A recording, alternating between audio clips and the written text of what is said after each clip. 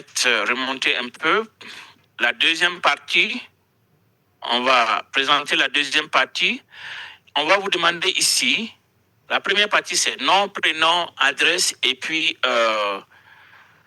le zip code et le state. La deuxième partie ici, c'est votre email, votre full social et votre date de naissance. OK? On va vous demander aussi votre driver license. Étant donné que moi j'ai une driver license du Texas, je ne vais pas la mettre ici parce qu'elle est nouvelle. Je vais mettre ma driver license number de Ohio où j'ai vécu plusieurs années. Donc voilà pourquoi je vais mettre ici driver license state Ohio et je vais mettre ma driver license ici.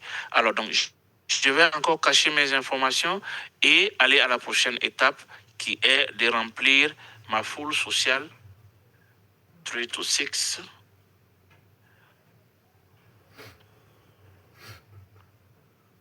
OK. Maintenant, tu demandes le numéro de téléphone. Tu vas mettre ton numéro.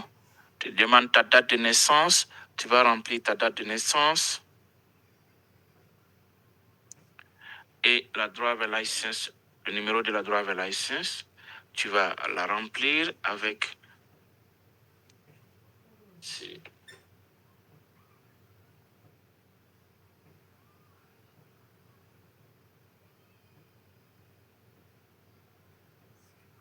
Donc, cette étape-là, elle est vraiment simple, pas du tout compliquée.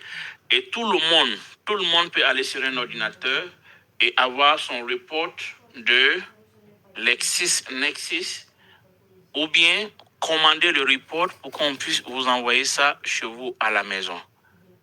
Alors, donc, la première étape, c'est d'abord d'avoir le report et de voir ce qui se trouve à l'intérieur de ce report. Deuxième étape, c'est de dispute et de remove tous les éléments qui sont à l'intérieur de ce report-là.